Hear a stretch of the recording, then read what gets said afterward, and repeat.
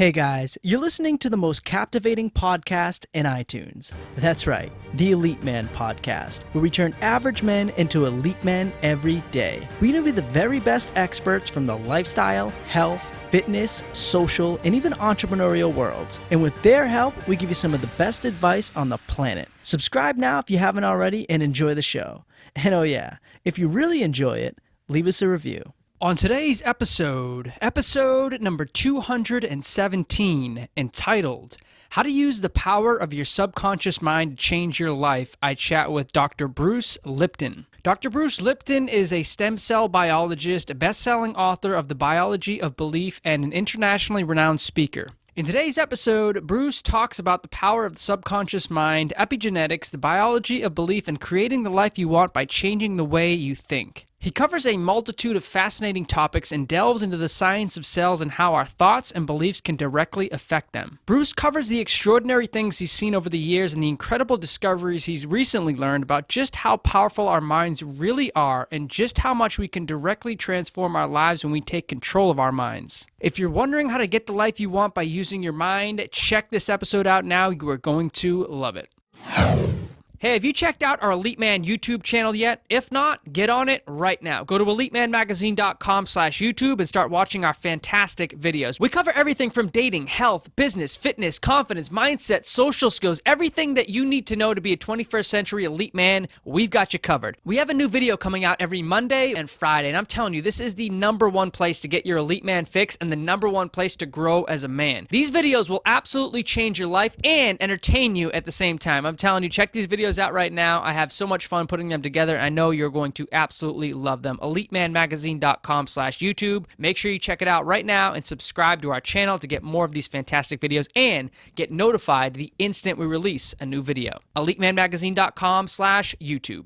All right, I got some awesome news. Our Elite Life Nutrition Turmeric is now available. Go to elitelifenutrition.com/turmeric right now to get your very own turmeric, delivering 1,500 milligrams of pure turmeric root extract plus 100 milligrams of turmeric standardized at 95% curcuminoids and 10 milligrams of bioperine, which is black pepper, per serving. We have worked hard to ensure the highest levels of potency and absorbability in each bottle. Turmeric is one of the most important and beneficial herbs on the planet. It's been used for thousands of years in Ayurvedic medicine to help improve joint pain, heart health, brain function, skin health, and liver function. As a powerful antioxidant, it can also support a number of other key organs in the body like the kidneys, thyroid, and adrenal glands. Yes, supplementing daily with this wonder herb is truly one of the best ways to ensure your health and vitality for years to come. I absolutely love turmeric. I've been using it personally for years, and I am so excited to actually have it available for Elite Life Nutrition. Make sure you go to elitelifenutrition.com/turmeric right now to pick up your own turmeric bottle and see just why I'm so pumped and excited about it. And by the way, these statements have not been evaluated by the Food and Drug Administration. This product is not intended to diagnose, treat, cure, or prevent any disease. Go to elitelifenutrition.com/turmeric right now. All right, guys, we're live. It's Justin Stenstrom from EliteManMagazine.com, and my guest today is Dr. Bruce Lipton, the legend himself. Bruce, thanks so much for coming on the show. Justin, I so appreciate it. And thank you. And big hello to all those people in the audience. Just a little insight that I refer to these people listening to this program as cultural creatives because they're looking for answers outside the box. And that's where the answers are because clearly inside the box is a lot of trouble right now. Yeah. Bruce, I have so many questions lined up for you today. But first things first, just take literally a minute or so and I'm curious myself, how did you get into this stuff? How did you get into this type of work, the subconscious mind, epigenetics, all the stuff that you're doing right now? What is like the foundation of your training and your discipline here? A whole series of accidents, of course. It wasn't any intention that I saw. But, you know, let's say the grounding was when I was in second grade. And I looked into a microscope for the first time and saw an amoeba and a paramecium and saw these little things moving around. And in my kid's mind at, you know, whatever grade age I was, 7 or something like that, I saw them not as cells, but as like miniature people, that they were moving around and they weren't just like a miniature world under there. And that got me excited and then ended up years later in graduate school using electron microscopy and going deeper and deeper into the cell and studying how it works. And that led me into cloning stem cells. Now, people say, yeah, I know about stem cells. I go, well, listen, I did this work in 1967, so it was like 52 years ago. That's a long time ago, isn't it? And what was interesting was when I was doing this work, there were very few people in the world that even knew what a stem cell was.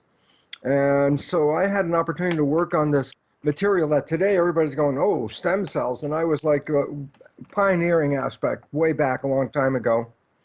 And as I was doing this work in graduate school, I was also teaching students a belief at that time, which is unfortunately because it's still the belief of the public at this time, and it was a belief called genetic determinism.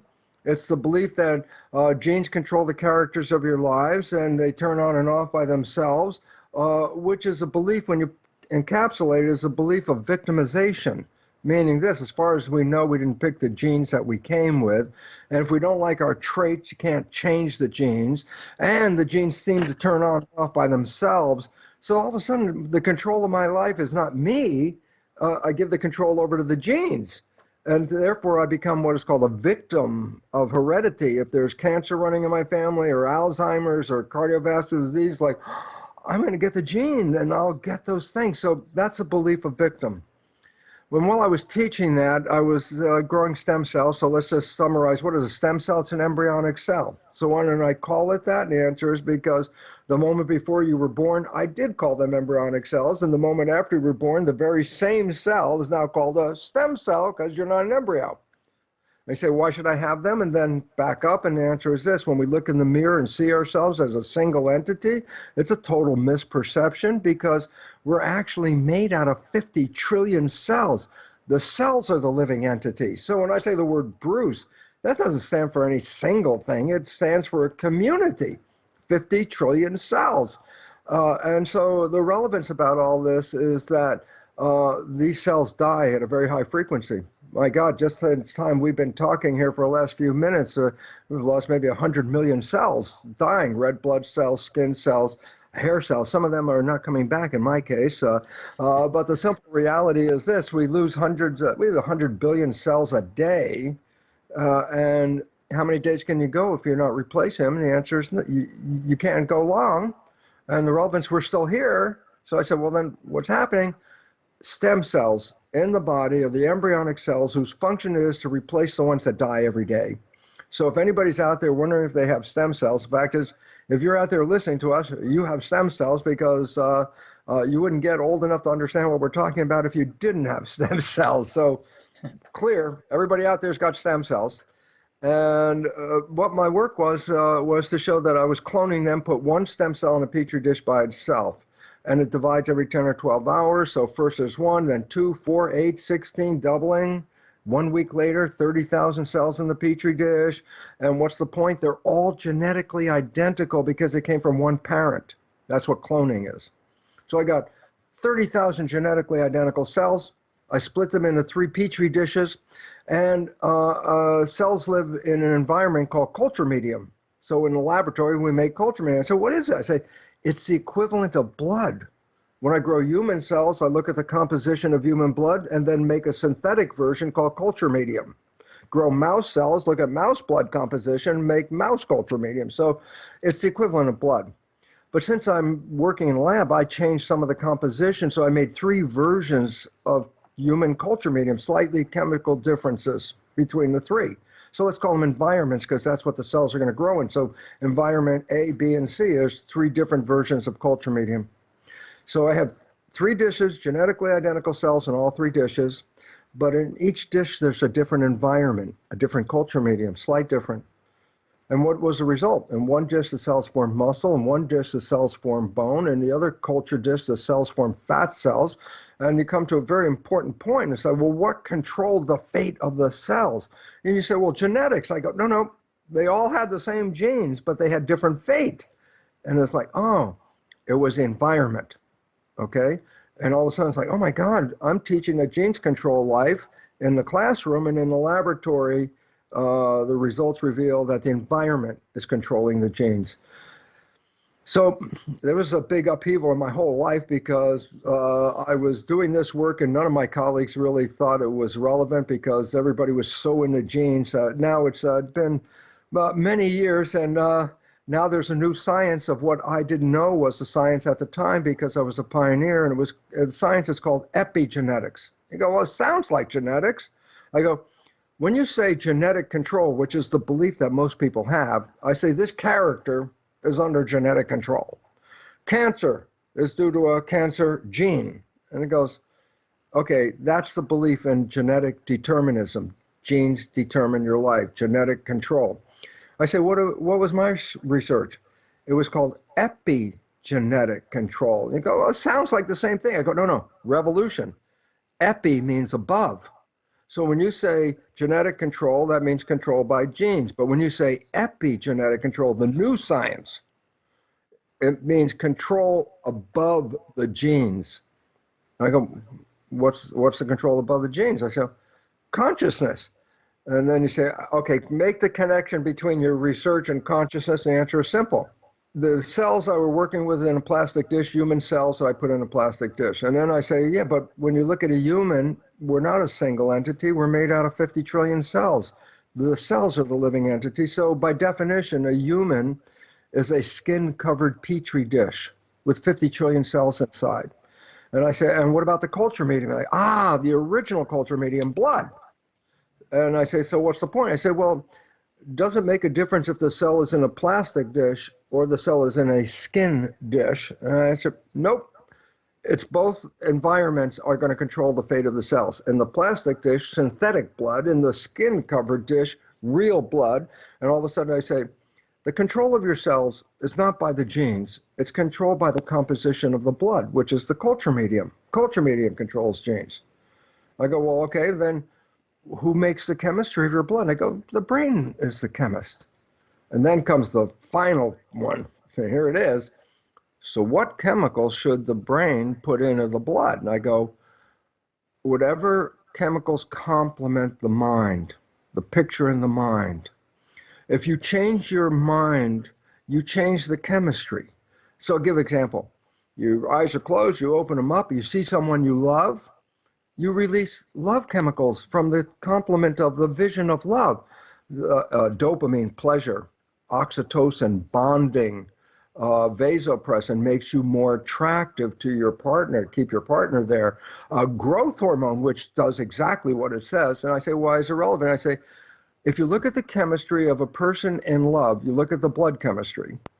The elements in that chemistry promote health and vigor in cells. I take the chemistry of love, put it in a tissue culture dish, cells grow beautifully. Okay, same person. They open their eyes, but they see something that scares them. I go, you're not going to release the chemistry of love. You're going to release chemistry that complements the fear. I say, so what kind of chemistry is related to fear? I go, well, stress hormones. Cortisol, norepinephrine, stress, factors that shut down the immune system called cytokines. So I said, wait, the chemistry of your blood in fear is not the same chemistry as your blood in love. But the chemistry is what controls the genetics and the behavior. So as you change your image in your mind, you change the genetics and behavior of your cells. And it comes down to, well, then we keep trying to control genes. I go, well, that's a waste of time. Your mind is controlling the genes through the chemistry that is translated from the picture into the body's blood. And I say, why is it relevant? If you're translating the world via your consciousness, if you change your consciousness, you've changed your life. I go, why is it relevant? Because the old story, which people have been programmed, my genes are my life. I go, no, they're not. It's your consciousness that is changing your genetic activity. And it's called epigenetics. And the point about it is this, a gene is a blueprint. So people get that, what the hell is a gene? It's a blueprint to make a protein. I say there are 100,000 different proteins, like assemble that into, they can assemble into this body, 100,000 different proteins. And the character of the protein is the character of the body and the behavior. And that's why we used to say, oh, if you have this gene, you have that behavior, and you have that character. And I go, not anymore, because with epigenetics, the genetic expression is related to my consciousness. As I change my consciousness, I can change the readout of the genes. So with one gene blueprint, We used to say that blueprint is that protein. The blueprint makes that protein. Now we say, oh, wait, the gene blueprint, I can make 3,000 variations of proteins from the same gene by changing consciousness and environment. Like, so what's the relevance and the conclusion, Justin, all of this stuff is simple. You're given a set of genes, but the expression of the genes aren't locked into the gene program. They're locked into the way you respond to the world, your environment, your perceptions, and your belief, because that chemistry can alter your genetics. So you can be born with the healthiest of genes, and just because of the way you look at the world, you get cancer. And this is where the big important point is. For example, there is no gene that causes cancer. None. They say, but I got all these cancer genes. I go, no, they're correlated with cancer, but they don't cause cancer. The cause of the cancer is life not being in harmony. Then it activates the expression of that gene to make a physical body to match the disharmony of the world. You change your belief and you change your biology. So people with a terminal cancer disease, as you know, the doctors have said terminal, guess what? They can have what is called a spontaneous remission. What's that? I have cancer, and then all of a sudden I don't have cancer. It's like, what? How does that happen? The answer is, in virtually every case that I've ever heard, it's because the person changed their belief about life. When they got the diagnosis of a terminal disease, some of them go, my life is not in order. It's my life causing the problem. Compared to the other group of cancer patients, say, well, it's not me. The genes are stupid. The cells are stupid. I'm a victim of stupid genes. Which then takes away power because you didn't pick them, you can't change them, you don't control them. But when you look at epigenetics, wait, it's based on the environment and my perception. I go, yeah, but those are things I can control. I go, that's the point. We are masters of our genetics, not victims of our genetics. But the public is programmed by being a victim, and they believe it. And since it's based on your perception, if you believe you're going to have a cancer, you can create the cancer.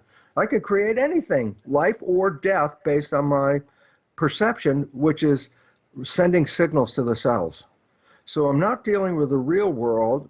Between the real world, the environment, and my cells is the nervous system. So whatever's coming from the real world goes through the nervous system and then sent to the cells. So the nervous system is a filter. It depends on how you look at the world. If you see the world as scary, then you send scary chemicals, which cause disease. But if you see the world as healthy and harmony and love, you send love chemicals, and then you get healthy. So no victimization. We are masters. So there's so many things I want to talk about, and so many ways I can kind of go down, different avenues I can go down. The first thing that comes to mind, though, is how much of your environment can you actually manipulate? So for instance, people are born with diseases, you know, like babies will be born with certain diseases, and there's nothing that they did with their conscious mind, the consciousness that caused that disease to develop over time. Or in other cases, like someone, you know, gets burned by fire. That's like their environment acting on their body. How much of your actual mind can you manipulate, take over your environment to change your genes to become healthy again? Is that possible for like people who have diseases that they're born with to change their mind later on in life and then get over those diseases? That's why we just mentioned a spontaneous remission, where you could be terminal cancer, but the moment you change the mind, the spontaneous remission means instantly it changes. That's how fast it does. Now, the idea that a child came with a disease, remember, the cells of the body, the genetics and the behavior, are controlled by the culture medium, the blood. Okay? So in the body, my stem cells are controlled by the chemistry of my blood, which is a picture of my mind. And I go, okay, so I can have a healthy picture and create a healthy body and a healthy biology, or a negative picture and create a sick one. And I thought, what about an infant, as you just talked about, born with something? I go, well, number one is this. The cells of the fetus during its development are being fed culture medium. Yeah, what? Blood. Yeah, whose blood? The mother's blood. I say, why is it relevant? The chemistry of the mother's blood, which is based on her consciousness, crosses into the placenta and affects the cells of the fetus, because the fetus just reading the blood. And so whatever, if the mother is happy, the fetus experiences a happiness. If the mother is afraid or fearful or concerned, that same stress chemistry crosses into the placenta, and the fetus is now being shaped by that mother's chemistry.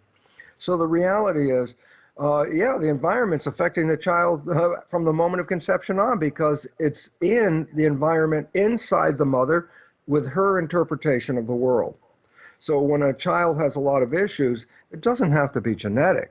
It doesn't have to be genetic at all. It just has to be environmentally imposed by the mother's perception of the environment.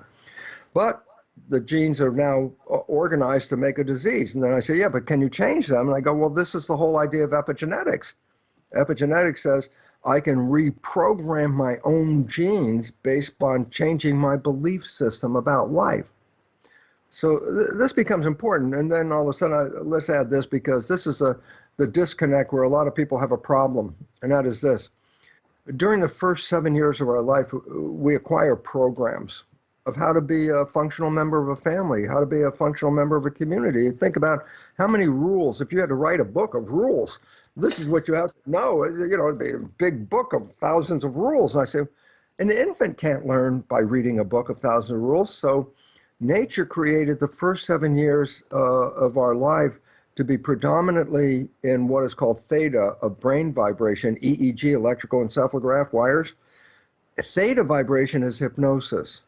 And I said, well, why is it relevant? I said, for the first 7 years, a child learns all the rules to be a member of a family and a community by simply observing the mother, the father, the siblings, the community. And then comes a real important one. If we are like a standard family and you grew up where somebody got sick, and what was oh, mommy's sick, she goes to the doctor. Daddy's sick, he goes to the doctor. I'm sick, I go to the doctor. So I said, if you're a kid under 7, what do you get? What's the belief you just got? And the belief is, if it's sickness, I don't control it. The professional guy controls it. He's the doctor, she's the doctor. And I say, well, why is it relevant? Because once you have a program in the subconscious mind that the professional is the one that knows about things and you don't, then the professional's opinion or words become your truth. And this is problematic, because then if we go in and we have an issue and then we're given a prognosis, first this is going to happen, and then their hair is going to fall out, and then you're going to throw up, and blah, blah, blah. And I said, where's it coming from? The professional. Which one? That's the program that I got that the doctor knows. Now what? The doctor's prognosis becomes my program, because I bought a truth, not mine. I bought it from this person. So when we give up power to professionals, then their words control our biology, because we've accepted them as truth provider over ourselves. And that's a problem, because then we start buying stories from other people that are not real, but then we make them real because we gave them the power. And so this is a time to recognize consciousness is creating this, and if you give up your power, you've given up, your voice over the voice of somebody else. And then their voice controls your life. And now you're in a lot of trouble, because if they're not going to give you support, they say, oh, I'm sorry, you got a terminal illness. It's like, terminal? That's a belief system. And little sidebar, I like to throw this in because this is fundamental to the whole story. Little thing. The function of the mind is to create coherence between your beliefs and your reality. If you believe you can do it, the function of the mind is to generate behavior that allows you to do it. If your belief is I'm a victim and I can't do it, then the function of the mind is to prove, yes, you are a victim and you can't do it, because it's going to take whatever that belief is and turn it into reality via the chemistry from the thought. And all of a sudden I said, well, then, am I creating my reality? I said, well, you are, but if you give away powers to others, then they participate in creating reality, and then you lost. And this is a wake-up call for the world at this moment. It's time we have to wake up and get our power back, because all the negative world information that keeps coming into us from the news, the media, the internet, these negative things are translated into negative chemistry, which then makes negative biology. And that's why, in spite of all the money that we have put into the healthcare system, we're always on a healthcare crisis. It gets worse all the time. I say, why is it getting worse? Are we biologically weaker every day? I go, no, the news and the belief system from the professionals that we bought is getting worse every day. And all of a sudden it says, well, what if I disconnect? I go, the moment you disconnect from the program, the moment you're free. Matter of fact, Justin, I relate this in the lecture. I say, because most people have seen the movie The Matrix. And I go, oh, you go to the video store, say, where's The Matrix? I say, it's in a science fiction. I go, no. The Matrix is a documentary. It's a true story. Every one of us has been programmed. That's a fact of biology. First 7 years is programming by brain function. But then in the movie, they say, you take the blue pill, you wake up and you're in the program and life is just the way it's always been. But take the red pill and you get out of the program. And the interesting part about this is because I want people to understand, most people, at least by the time they're 20 or a little older, have fallen in love at least once. And science has recognized a very interesting point. When you fall in love like that, you stop playing the program. Falling in love is the red pill. I say, why is it relevant? I say, look what the experience is the moment you fall in love. Your life could suck every day, blah, blah, blah, blah, blah. You meet somebody, and 24 hours later, you're like, oh man, life is beautiful, life is great, you know, my love, oh my God, the food's great, the music, everything's great. I go, 24 hours later, after blah, blah, blah for years, what, 24 hours? Science has recognized that moment of falling in love leads to a period of not playing the program and creating life, not from the program, but from your conscious mind, which is wishes and desires. So the moment the subconscious programs are shut off, and now you're operating from wishes and desires, in 24 hours, the blah, blah, blah world is heaven on earth. Well, guess what? It was always heaven on earth. But you jump back into the program and then you become the program, which is 70% negative. And I go, well, this is the problem. This is why the community that's listening to us right now really has to recognize something. And this is according to quantum physics, so I want to bring it in because I'm the biology guy, okay? But quantum physics, why is that important? There is no science on planet Earth with more validity or truth than quantum physics. Quantum physics has been tested more than any scientist and has been verified, all the principles. And I go, so why is it relevant? Okay, audience, here we go. The primary principle in quantum physics is consciousness is creating our life experience. I say, why is it relevant? And the answer is simple. Change your consciousness and you change your life experiences. And all of a sudden I say, well, then I'm creating. And I go, absolutely. But if you're creating from the programs that we got in the first 7 years, and 70% of that is negative, then what you're creating is a struggle.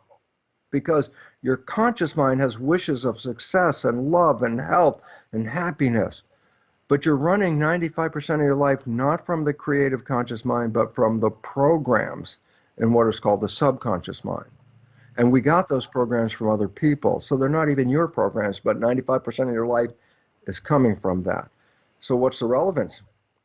If you want your life, you have to stop playing the program. As simple as that, as demonstrated by what's called the honeymoon. The honeymoon is a period of complete joy and happiness and health and everything. And I say, from what reason? Because you stopped playing programs the first time in your life and you started creating from wishes and desires, and you manifested wishes and desires available all of the time. Now, you should ask me this question, so I'll ask it myself and then answer it. Look, how come only 5% of my life is coming from my creative wishes, desires mind, and 95%, it turns out, coming from the subconscious program? And the answer is this. Our consciousness is the driver of this vehicle called life. The consciousness, when it's behind the wheel driving, is taking us toward wishes and desires, aspirations, what you want. But the issue is this, the conscious mind can also think. And he goes, what does that mean? I say, well, thinking is not an outside observation. Thinking is an inside observation. If I'm thinking, my mind has to go inside and think. Like, you know, if Justin said, what are you doing at Sunday at 2 o'clock? If you actually at this moment we're going to try to find the answer to that. You have to go inside your head. It's a thought. I go, oh, but wait, if you're driving and the conscious mind has to let go of the wheel because now conscious mind is going to go inside, who's driving now? And I go, the default autopilot is subconscious, which has been primarily programmed by other people. So the moment you are thinking, you let go of the wheel, the programs kick in, but they're not your programs. You downloaded them from mother, father, family, and everything. So all of a sudden you start behaving like that. And I say, why is it relevant? Because if 70% of those programs are negative, then 70% of your life is a struggle. A struggle. Why? Because you're not operating from your wishes and desires because the conscious mind let go. Okay? So all of a sudden it says, then what? And the point about this is, when we are playing the programs, it's 95% of the time because that's how much time we are thinking, which means that's how much time you're running on autopilot, which means you're not even running on your own wishes and desires. For 32 years, I've used the same story. You probably heard it now somewhere in my stuff, but I'll have to say it for this audience. And it simply goes like this. The story is, you have a friend and you know your friend's behavior very, very well. And you happen to know your friend's parent. And then one day you see your friend has the same behavior as their parent, and this really, it gets you excited. You got to tell your friend, you go, hey, Bill, you're just like your dad.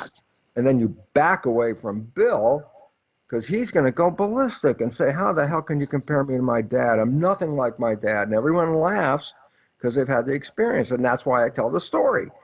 What's the experience? That your friend has the behavior and will not own that behavior. I'm not like my dad.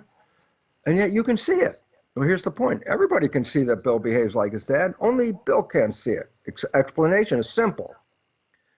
When Bill is thinking, he downloads the programs from subconscious and they're playing. But he got those programs from observing his father. So he downloaded his father's behavior. When does he play it? When he's thinking. I go, well, what's the problem? Where's the conscious mind when he's thinking? It's not looking out at the behavior. It's looking for whatever you're thinking about. So what's the point? Then whatever behavior you're playing from the subconscious, below conscious, you do not see that program because you're thinking. And if those programs are negative, then it means you sabotage yourself and you're the one that doesn't see it. That's Bill, I'm nothing like my dad. And if his dad's program is limiting, then what is he doing? When he's thinking, he's sabotaging his life. Well, that's an important point. Now comes the most important point for all of us here at this moment, and that is we are all Bill. Every one of us is living 5% of our creative wishes and desires and 95% program. That's invisible because the reason it's invisible is conscious mind's not looking when autopilot takes over. And I say, then what's the consequence? We only see the result. I'm not healthy. I can't find love. I got a lousy job. I can't do any better than this. And you see the result, but you never saw that you were participating. Why? It was invisible. So then all of a sudden I say, what is the result of that? And the answer is, my God, the biggest problem on the planet. We perceive ourselves to be victims. Victims of life, victims of nature, victims of fate. Why? Well, I wanted to be successful. That's my wish. And look what happened. It didn't work, so it's not me. Got to be the outside.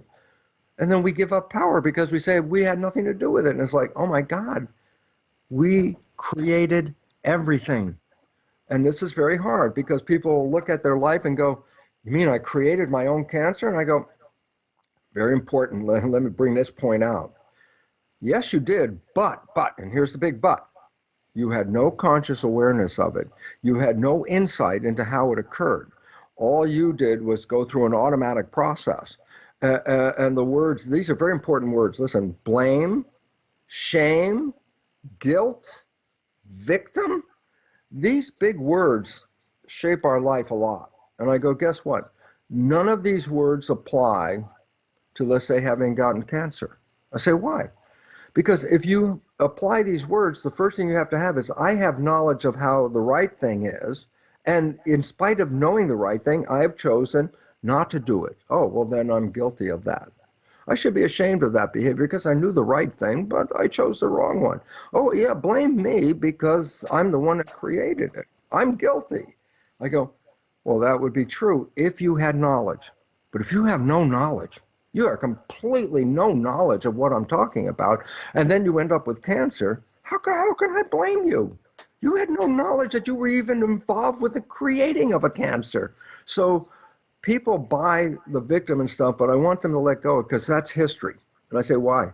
Because now once we start talking about the fact that your consciousness is creating this and there's a physics for this and a biology for this, then it's incumbent upon us, once I know it, then I have to start living it, because if I don't, I fall back into the old behavior again and I see myself as a victim. And the fact is, I'm not a victim. We are not victims. But we didn't know because no one told us this science. We got programmed with genes are my life. I got a cancer gene. There is no cancer gene, but no, I was told I have a cancer gene and I'm going to get a cancer. I go, consciousness will take that and manifest the cancer because the function of the mind is what? Create coherence between what the professional just said and my life experience. So I bought cancer, but I bought it from somebody else. And I could change cancer by what? Changing my consciousness, not by killing the cells and poisoning the body, which is the standard way. You're killing the cells. I say, is the cell guilty? First thing is this. No. Why? Because there's no gene that causes cancer. That's a fact. I say, well, if the gene didn't cause cancer, where the hell did the cancer come from? I go, a consciousness that is not in harmony or supportive of your life can be translated by chemistry of the mind into the expression of whatever I was programmed to be. And all of a sudden, then I was programmed to get cancer. I go, yeah. Blame the cells. No, the cells are just responding to a belief. That's why, let's say we talk about what women are concerned about the breast cancer gene, rightfully so. Let's say the BRCA1 gene, which people have heard about. And women say, oh my God, I got the breast cancer gene. And people like Angelina Jolie will look at her family and go, her mother died with breast cancer, her grandmother died with breast cancer. What's she going to do? So with that knowledge, I got this gene. I'm going to remove my breast, mastectomy. As if what? Well, if I take my breast off, then I won't have the cancer. And the fact was, the gene never caused cancer. And you go, what do you mean? Because 50% of the women with the gene never get the cancer. There's an important point. Having the gene itself does not cause cancer. Having the gene and a lifestyle that's not supporting your vitality, that will cause the cancer. So what's the point? The cancer is a symptom of a belief. You want to cure the cancer? Well, you can kill the cells. I go, yeah, but you still got the belief. Guess what? They'll come back and make another cancer. You want to get rid of a cancer, you don't get rid of the cells. That's the primary mechanism. You primarily go back and change consciousness. And that's how you're going to get the effect. Because the cancer is only responding to consciousness. It's a response, not a cause. I want to dive into this stuff in a moment. I want to dive into some of the healing stuff and to overcoming sickness, like incurable diseases and things like that. But first off, I wanted to bring up, and this kind of goes back to something that you mentioned earlier, but when you have certain genes, when you're controlling, it almost seems like there's two things going on here, the epigenetic side of things and then the subconscious mind side of things.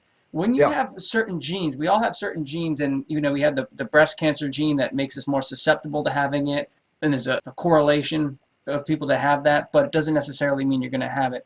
My question is, if you have certain genes and you don't like those genes, is there a way for you to, with your mind, the power of your mind, actually change the genes? You mentioned earlier at the very beginning, you're starting to lose your hair, or you're receding hairline a little bit. I'm starting to lose my hair a little bit too. Is there a way to actually grow that hair back? Is there a way for people that are short to actually grow taller, to actually change their physical genes by using their mind? Is that something that's possible, or is that completely out of the realm of things? Okay, number one, epigenetics, very important part about that, does not change the genes. It changes the readout of the genes. Yeah.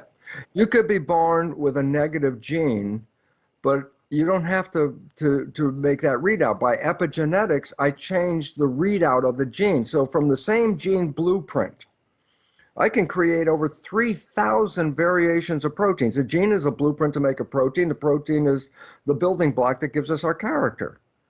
So the fact is this, with every blueprint I got, I can create 3,000 variations. Some of them, of course, very healthy variations, and some of them very sick variations.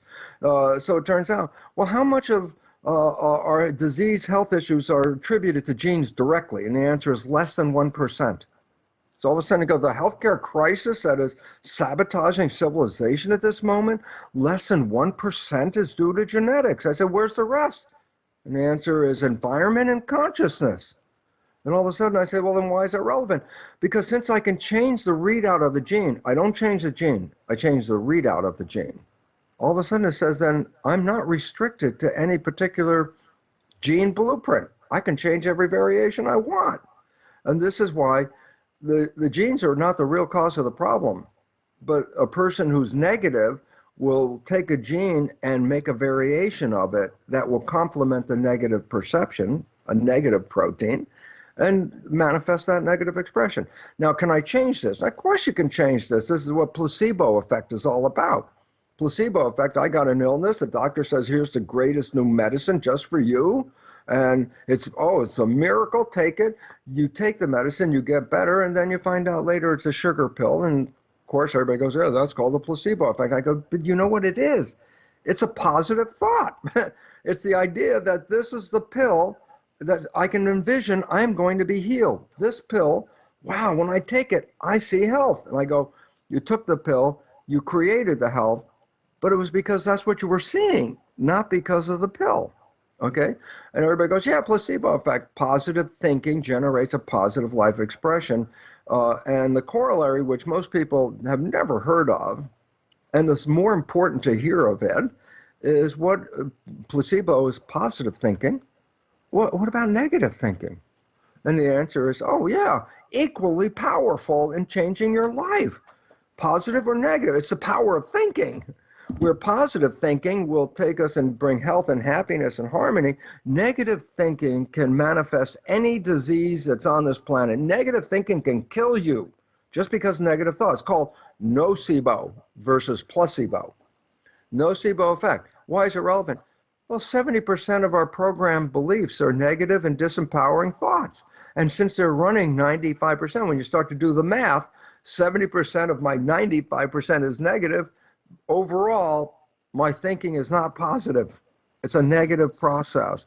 It's a disempowering process. Who do you think you are? That kind of program that a kid gets. You're not that smart. You're not that good. You're not that beautiful. You're not this. You're not that. The kid gets that in the age before 7. That is a program. If I got, because I threw a tantrum at Kmart when my parents pushed me by the toy aisle and I threw a big tantrum and my father, you don't deserve that, and an emotional outbreak affected me in such a way that I recorded, which is what the first 7 years I record behavior. What did I record? I do not deserve. I didn't have the consciousness before age 7 that I would have after age 7, because if, let's say I'm 10, and I did the same thing, and my father yelled at me, by 10, I go, oh yeah, Dad's mad at me because he wants to go. I'm holding him back. I understand what he's talking about. Before age 7, I don't have that consciousness. I just record. Oh, not good enough. Not good enough. I go, why is it relevant? Because if that's a program that I acquired in the first 7 years, then the function of my mind is what? Create coherence between the program and reality. And then I'll go out there and struggle all my life to be good. And prove I'm good. I go, and guess what? That's only 5% of the day, because 95% you're running from the program, which is what? Not good. Not good enough. Not deserving. And the function of the mind is to take the program and manifest the reality.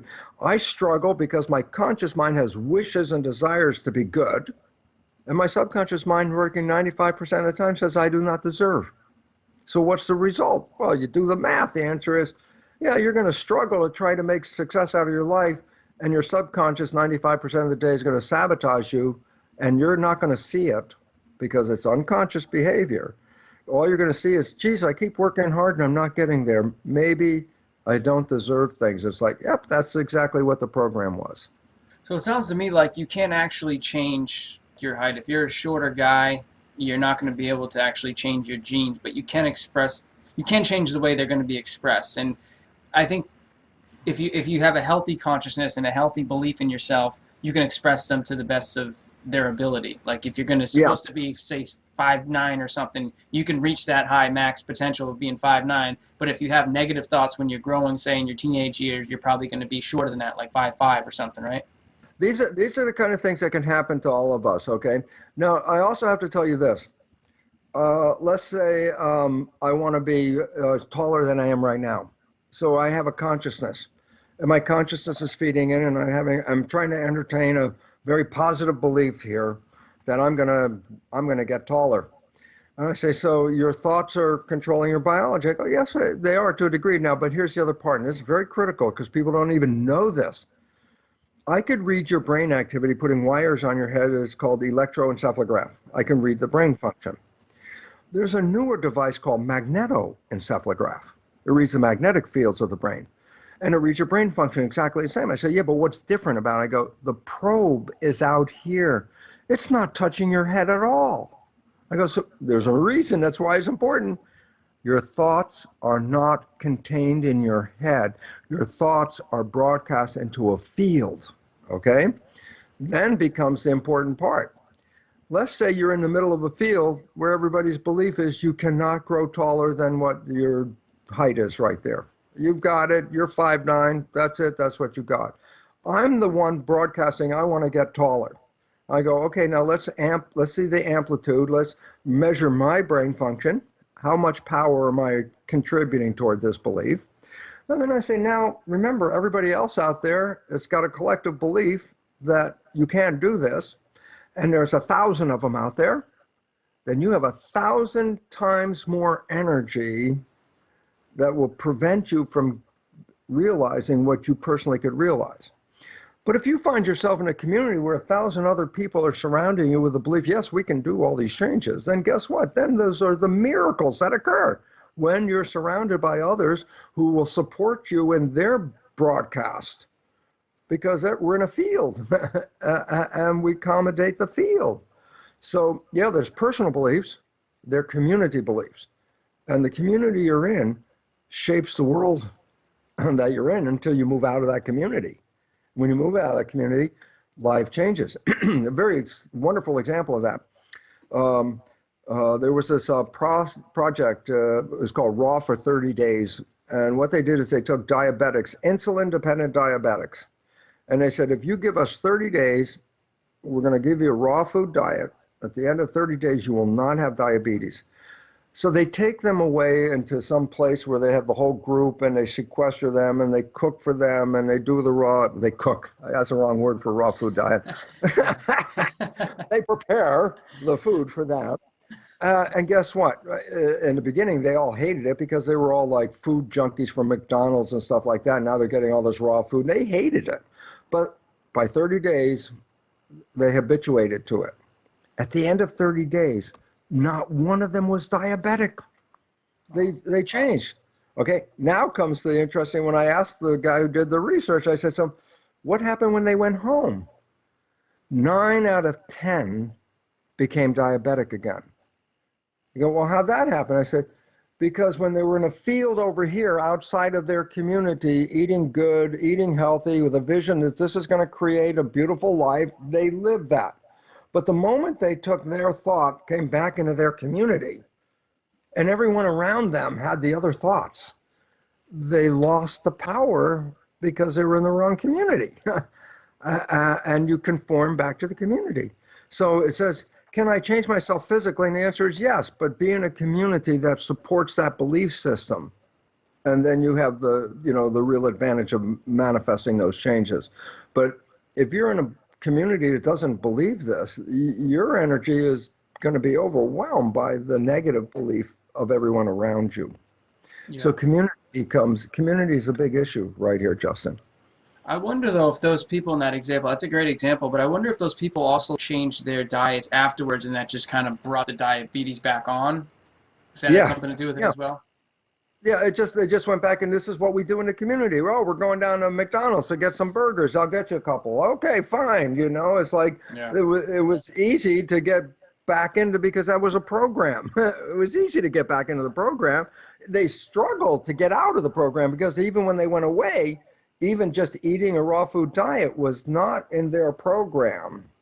And they actually struggled to get through the 30 days. But the results by the end of 30 days, they adopted this. But then as soon as they went back, the field, we're creatures of the field.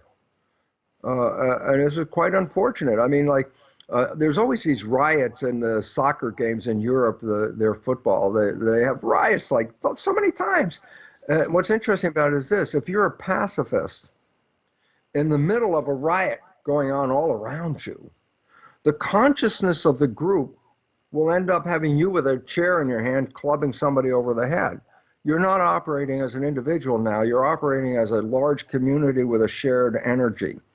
And all of a sudden it says, yeah, I'm a pacifist, but I hit the guy over the head. How? I don't know. Just got carried away. Well, you didn't get carried away. You were energized out of your belief into another belief.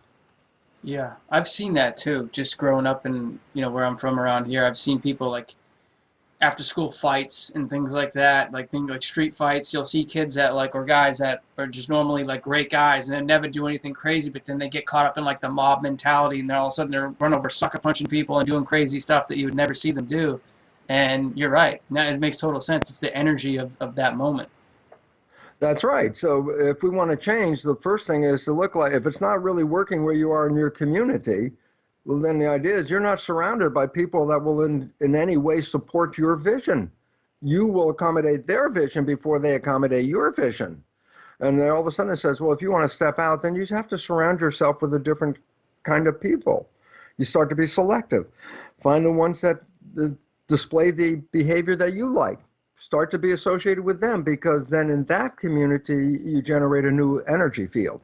And energy fields, this is where the quantum physics comes in, because there's a very profound and very simple statement from Albert Einstein. The field, which represents the invisible energy surrounding all of us. Right now, we're all in a field. I mean, we're cell phones and TV broadcasts and radio broadcasts, solar energy fields, and gravitational fields, energy. So the field is energy. The quote, this is critical, from Albert Einstein: the field is the sole governing agency of the particle. What that really means, the energy, the field, is the sole governing agency of matter. So our biology, matter, is actually under the influence of the field. And the field is consciousness. If you change the consciousness, then the body will change to accommodate that consciousness. That's physics. And again, that's the most valid science on the planet. So it's like, wow, when will we own it? I said, well, they've been talking about it since 1925, but it's very difficult for us as a herd mentality to let go of the herd belief and own how powerful we really are as individuals.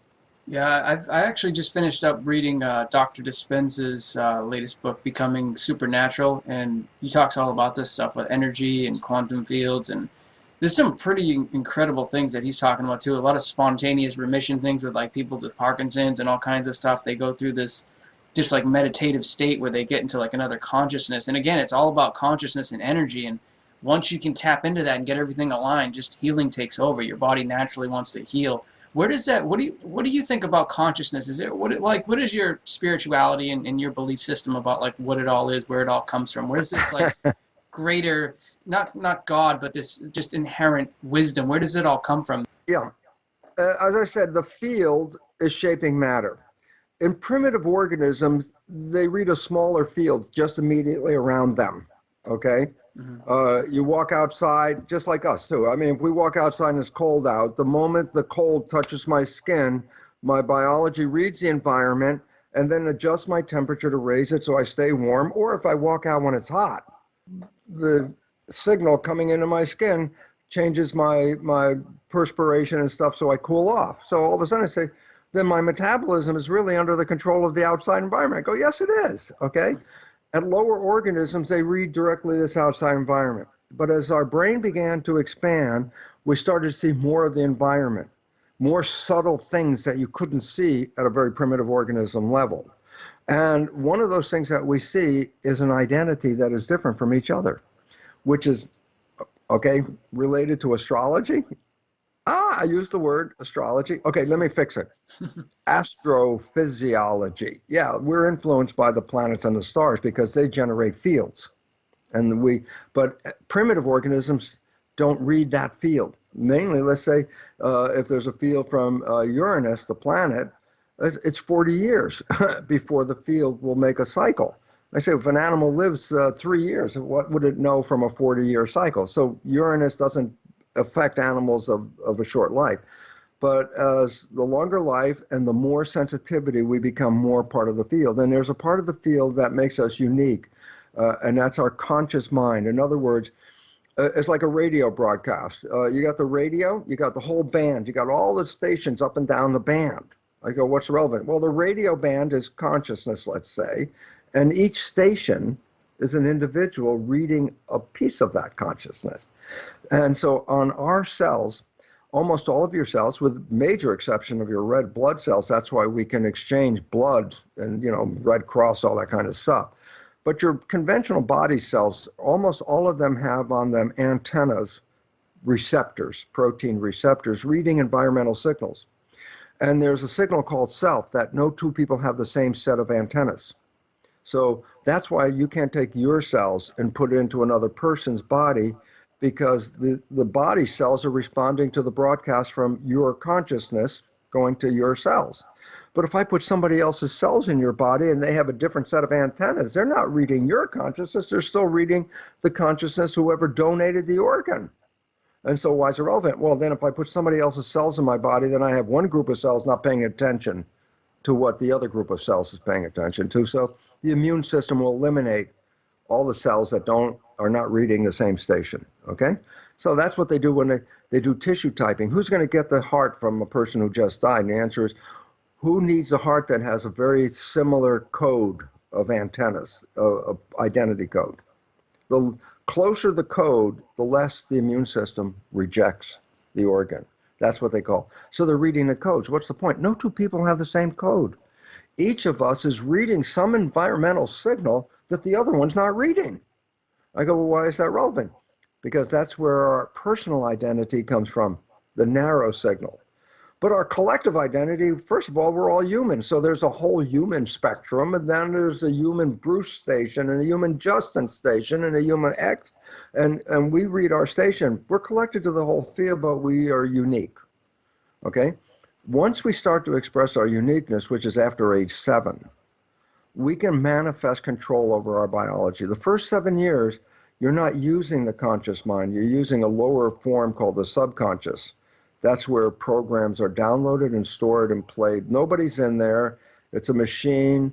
It records behavior. Push the button, play the behavior for as long as you live.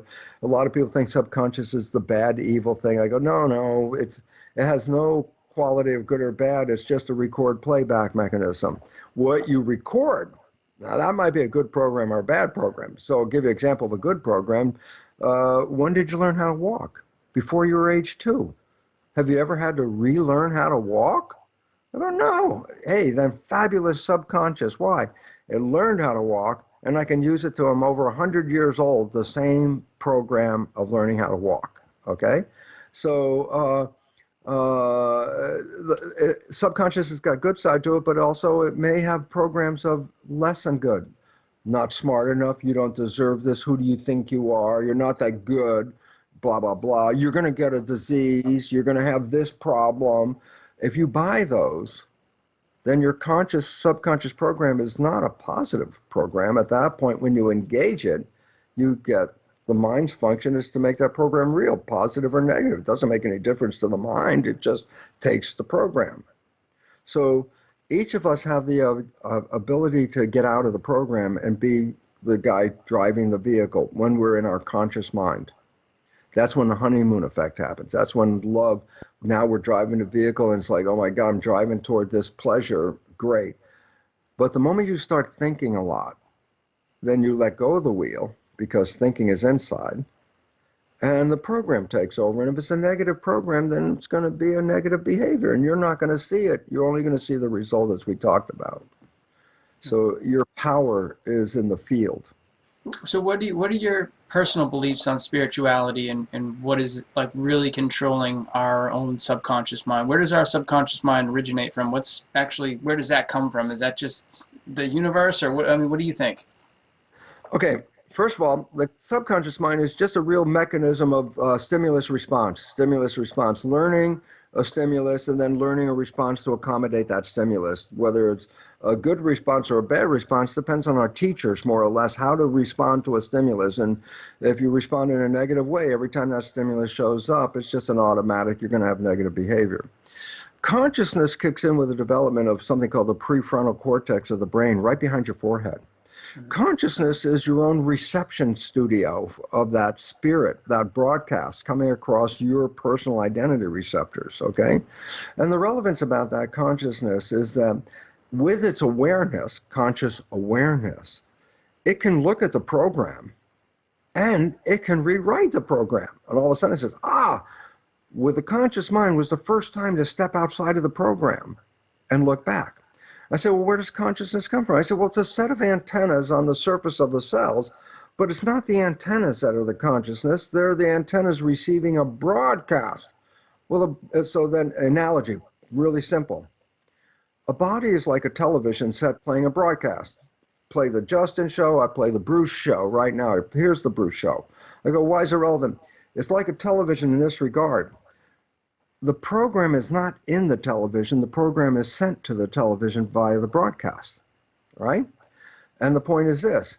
My identity is a broadcast picked up by my personal identity antennas, self-receptors, okay? I say, why is it relevant? Well, then my body is like a television. I'm playing a show. I go, great. And I say, so you're watching a TV, the television breaks, you say television's dead. And I go, yep, television's dead. It's not working. That's done. But the question comes in, is the broadcast still there? The answer, of course, it wasn't in the body. The broadcast was outside of the body. So the body comes and goes. The broadcast is always here. And you say, well, how do you know if the broadcast is there? Well, in a television, it's easy. You get another TV, you plug it in, turn it on, and tune it to the station. Boom, the show is back on the air again. I say, and what about humans? I go, an embryo is born, and if it has the same set of antennas, because it's a complex set, as the one you have right now, it's going to receive the same broadcast that you have right now, okay? And so it's you. Yeah, but the television is different. Does it have to be a male or female? I said, no, it's a television set. Yellow, white, black, red. That's a television set. That's not you. You're the broadcast. And the broadcast is eternal. It's the bodies that come and go, okay? And it's interesting. Beautiful story about that is when people receive something like heart-lung combinations from a person who obviously died, not only do they get the heart lungs that make them work, but they begin to get the characteristics of the person who donated the heart lungs. In other words, the first study was this woman who was a health nut of, everything health-oriented. She gets this heart. Now she's finding herself longing for beer and chicken McNuggets. It's like that is so far out of her realm of living, and she had a compulsion to have them, to find out that the person who died, that was their favorite food, beer and chicken McNuggets. It's like, oh, so the memory's in the cells? I go, no. The heart of that individual's dead, but guess what? The heart's still receiving their broadcast. And so the character of their life wasn't built into the body, it was built into the broadcast. So here's another one. This one blows people's minds, and that is this. A young girl received a heart. After receiving it, she started having very vivid nightmares of being murdered. Every night, the same nightmare, a vision, every time, it's like back into the same stories. So the doctors finally go back and say, so where did this heart, what was the story behind this heart? And the answer was a young girl who got murdered. Guess what? They didn't find the murderer. So when the police listened to her recurring nightmare of the same murder over and over again and the details, the police were able to use the details to apprehend the murderer. What was the point? The person who died is dead, but their consciousness is still playing through the same receptors.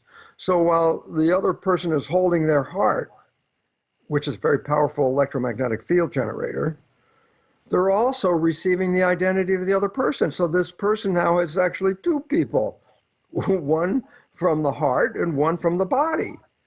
And yet that other person is dead. Yet what the broadcast gave the visual images to that recipient. And so this is the kind of thing that changed my whole life, because I was not a spiritual person. I believed in genes and proteins and chemistry. That's what got me into teaching and doing research in the medical world, okay? But when I started to understand this, it was like, oh my God, the control is from the outside. And that's when the reality is I can kill the cell, but it never killed the broadcast. And then all of a sudden I realized, oh my God, we're the broadcast. And if you understand that, then you realize you cannot die. Your consciousness is an ongoing broadcast. It's just the televisions. People that are so-called dead are not dead. They're here, but they're not downloading a program, so I can't see them. I can't respond to them in that way. But our energy is mixed in with their energy. And if we get out of body and we get into a different state, it opens up an opportunity to have communication. And so I went from a non-spiritual person into like, yep, got it. It's a mechanism, no question. I did it without religious. It had nothing to do with religion. It had everything to do that my identity is a broadcast and my body is a receiver. And the broadcast is there whether the receiver is here or not. And from that scientific point of view, that's what connected me to spirituality. And then I started getting into spirituality, and I started to realize the manipulation of spirituality, and in my personal words, religion, because that's an individual's interpretation of what they think about this spiritual thing. And that's where all the conflicts is, because this group believes this group believes that, and they think that's their definition and that's the way it is, or this one argues, and I go, it's irrelevant to me. I know I'm a broadcast, I know, and so here's the interesting part, because I would like to add this right here, and that is simply this. The moment I recognized that I was a spiritual entity playing through a physical body, receptors, broadcast, quantum physics, all that kind of stuff like that, I remember asking myself, as a scientist, a simple question. The question to myself was, why have a spirit and a body? Why not just be the spirit?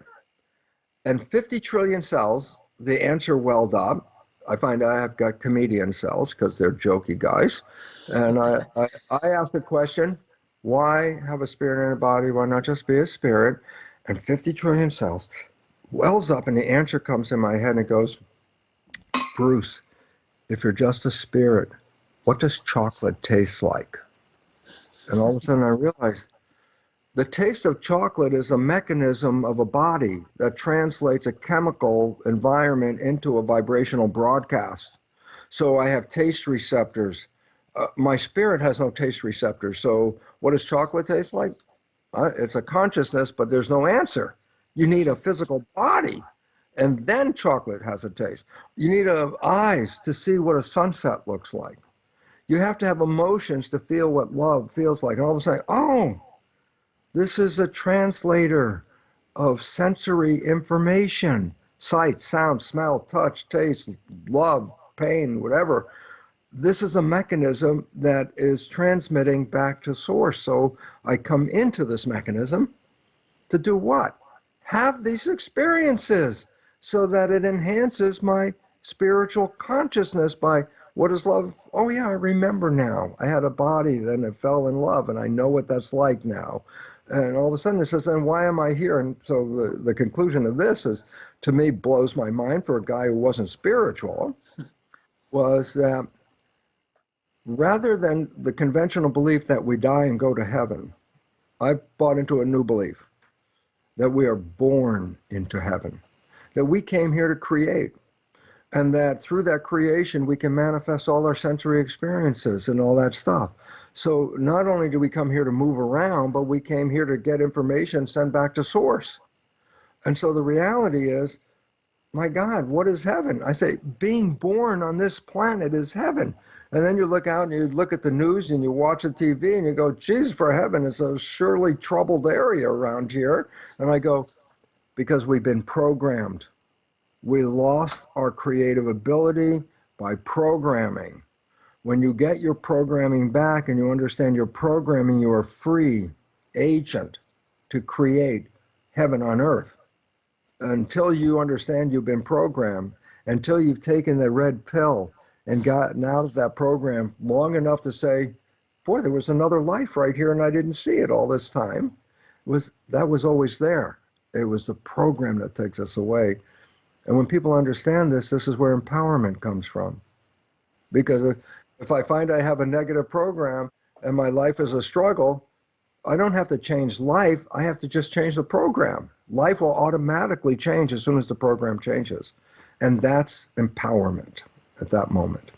Bruce, it's been an awesome interview, man. Just really quickly, though, I want to go over a couple of ways to change that program. What are the best ways that you've come across to reprogram the subconscious mind? I know there's self-hypnosis, which I've done in the past and absolutely loved. But there's a number of other ones you talk about. What are some of the other ways to do it? Well, I have 3 different versions. Okay, number 1, self-hypnosis. And the reason for that is it was hypnosis state that we were in for 7 years that we got the program from other people.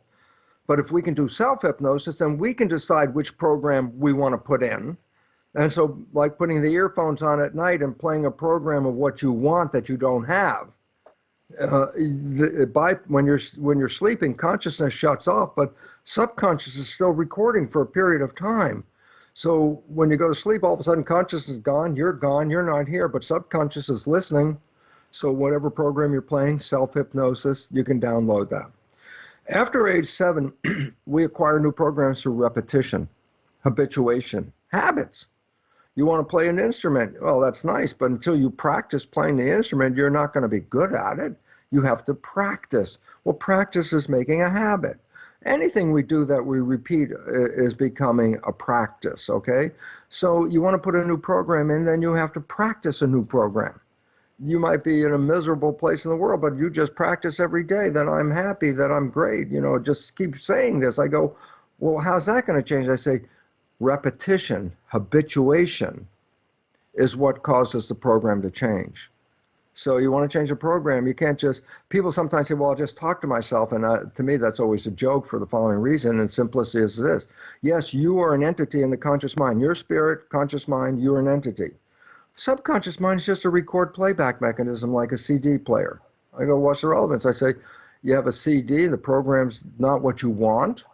I said, go talk to the CD player and see when it's going to change. And he's like, well, talk to you blue in the face. The program is always going to be there until you learn how to push the record button.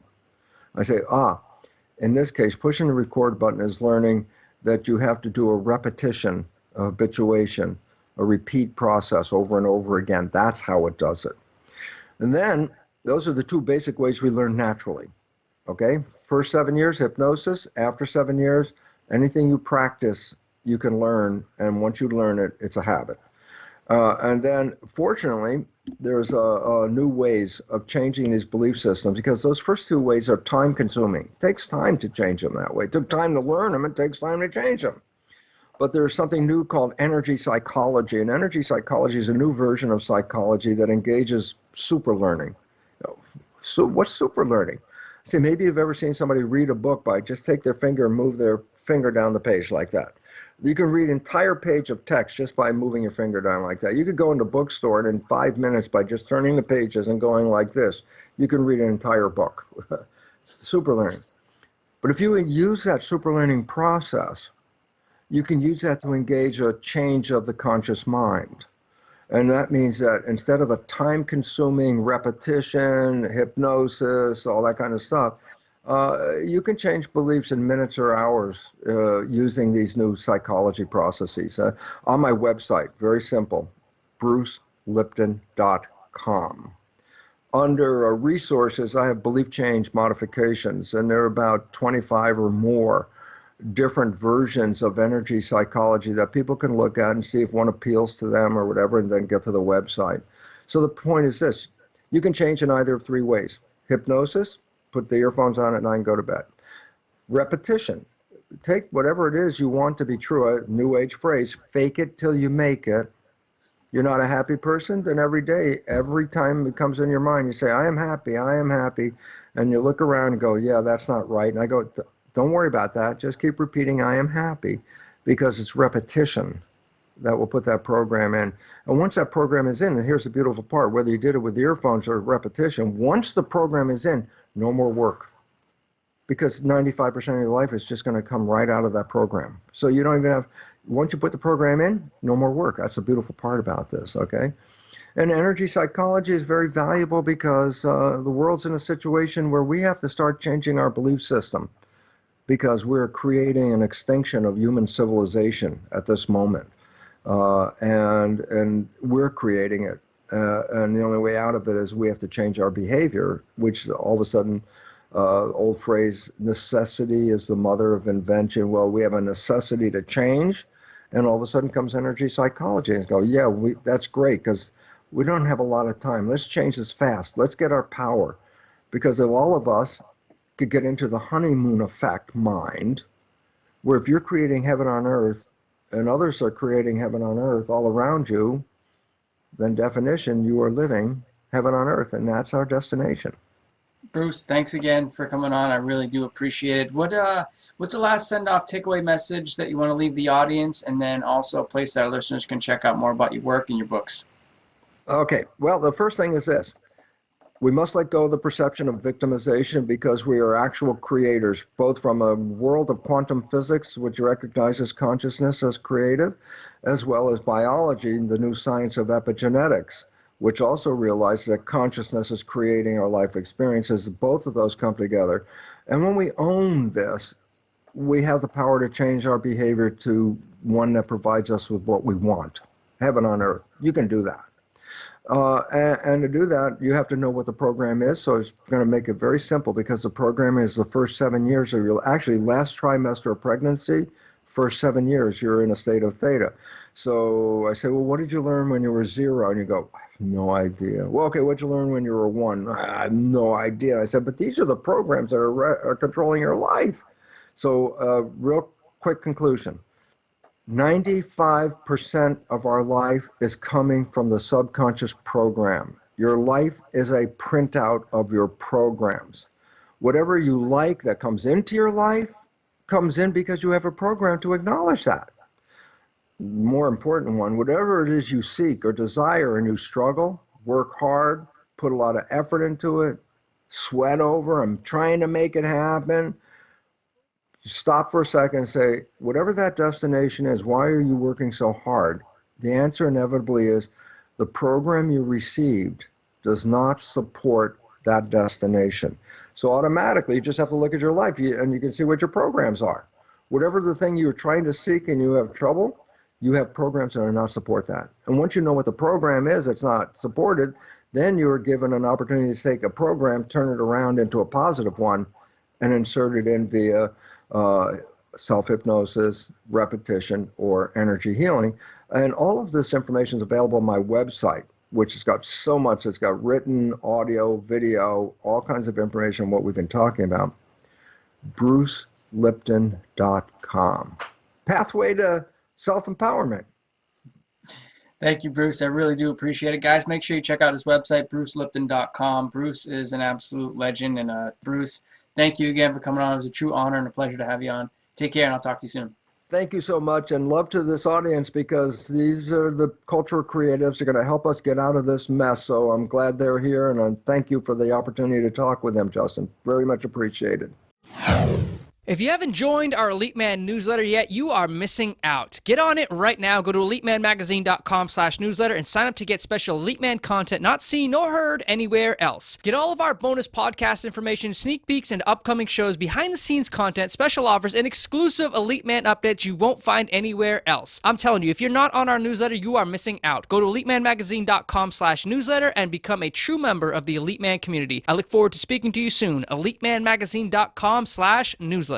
All right, guys, I hope you enjoyed that episode. But before you go, there's one last thing I need you to do. I need you to subscribe to this podcast right now if you haven't already. By subscribing to the podcast, you get every single episode the minute they're released. Get all of our Elite Man podcast interviews with all of our incredible world-class guests from the lifestyle, health, fitness, business, and social worlds absolutely free. Subscribe now, guys, if you haven't already, and enjoy all all future episodes. And yes, if you do love the podcast, leave us an awesome review. We really do appreciate it.